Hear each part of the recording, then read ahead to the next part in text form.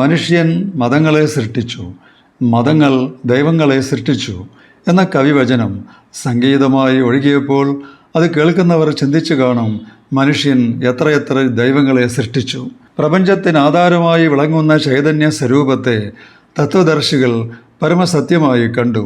ആ ചൈതന്യത്തെ കാണാനോ കേൾക്കാനോ സ്പർശിക്കാനോ ഒന്നും സാധ്യമല്ല എന്നും അവർ നിരീക്ഷിച്ചു. എന്നാൽ നമുക്കത് പോരല്ലോ. ഏതെങ്കിലും രീതിയിൽ ബന്ധപ്പെടാനാകുന്ന ദൈവമാണ് ഏവർക്കും വേണ്ടത്.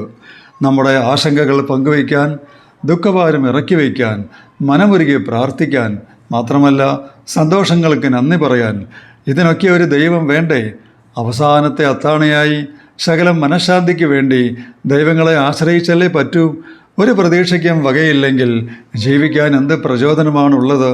അതുകൊണ്ട് ഓരോ മതങ്ങളും കാലത്തിനും ദേശത്തിനും ജനതയ്ക്കും പ്രയോജനപ്പെടുന്ന രീതിയിൽ ഓരോരോ ദൈവങ്ങളെ കണ്ടെത്തി.